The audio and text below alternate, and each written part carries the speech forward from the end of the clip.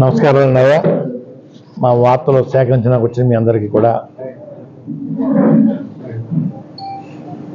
నమస్కారం చెప్పుకుంటా ఉన్నానండి. మా ముఖ్యమంత్రి గారు మన రోజున మేనిఫెస్టో రిలీజ్ చేయడం జరిగిందండి.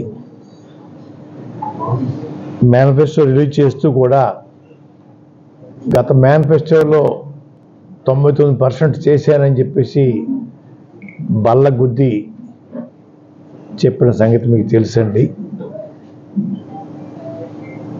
అదే విధంగా చంద్రబాబు నాయుడు గారు 2014-19 మేనిఫెస్టోలో ఎంత పర్సంటేజ్ అమలు చేశారన్నది ఈ రోజుకి చెప్పలేని పరిస్థితి అయింది. ఇప్పటికీ మించిపోయింది లేదు. జగన్మోహన్ రెడ్డి గారి కన్నా ఎక్కువ నేను మేనిఫెస్టోలో ఉన్న అంశాలన్నీ అమలు చేశానని చెప్పేసి చెప్పగల ధైర్యం ఉందా అని చంద్రబాబు నాయుడు గారిని, వారి కూటమిలో ఉన్న ప్రముఖ సినీ నటులు పవన్ కళ్యాణ్ గారిని అడుగుతా ఉన్నాను. ఎంతసేపు అబద్ధాలు చెప్పి ప్రజల్ని నమ్మించడం కోసం చేసే ప్రయత్నాలు ఆపండి చంద్రబాబు నాయుడు గారు. ఇది మంచి పద్ధతి కాదు. ఇది ఈ రాష్ట్రం మీ తాతగారి ఎస్టేట్ ఏం కాదు. ఇది ప్రజల తాలూకు ఎస్టేట్. ఇది ప్రజల యొక్క ప్రేమాభిమానాలతోటి మనం పాలన చేస్తున్నాం. చెయ్యాల. ప్రజలే రాజులు, మనం కాదు రాజులు. ఎంతసేపు జగన్ గారు జరుగు అని అంటామన్నది పద్ధత? మీరు మాట్లాడే విధానం అదేనా? మీ భాష గౌరవప్రదంగా ఉందా చంద్రబాబు నాయుడు గారు? జరుగు అంటాం ఏంటండి? ప్రజలు ఇచ్చిన అధికారాన్ని వారు పాలన చేస్తా ఉన్నారు.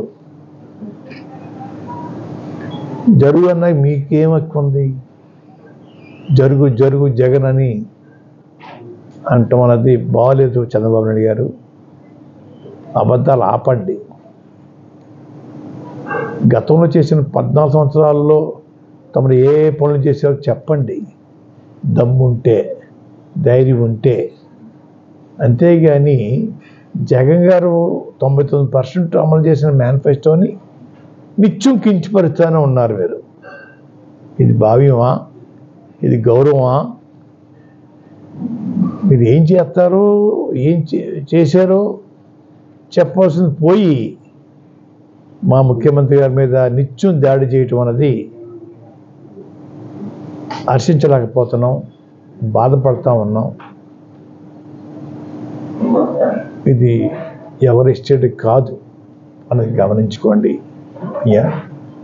ఒకసారి అవకాశం ఇచ్చాం అని పదే అంటున్నారు. మీరు ఇచ్చారా అవకాశం? మీరు ఇచ్చారా చంద్రబాబు నాయుడు గారు?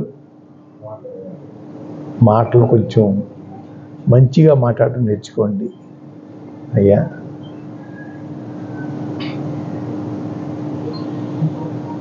పవన్ కళ్యాణ్ గారు నిత్యం బూతులు మాట్లాడుతూ ఉన్నారు. ఆయన ఓ పక్క పెద్ద అయినా గౌరవిస్తున్నాను, ప్రేమిస్తున్నాను అని చెప్పి విషయాల మీద అవగాహన లేక, తెలుసుకోవడానికి ఖాళీ లేక బూతులు మాట్లాడుతూ ఉన్నారు. ఇది పవన్ కళ్యాణ్ గారు, ఇది మంచిది కాదు సుమా అని చెప్పి తెలియజేస్తూ ఉన్నాను. తుని సంఘటనని చెప్పి సంబోధిస్తూ 2014లో జరిగిన ఉద్యమం కింద మాట్లాడుతూ ఉన్నారు. 2014 జరిగిందా ఉద్యమం? 2016 అన్నయ్య. అంటే అవగాహన లోపం ఎంత ఉందో దాన్ని బట్టి అర్థమవుతుందండి.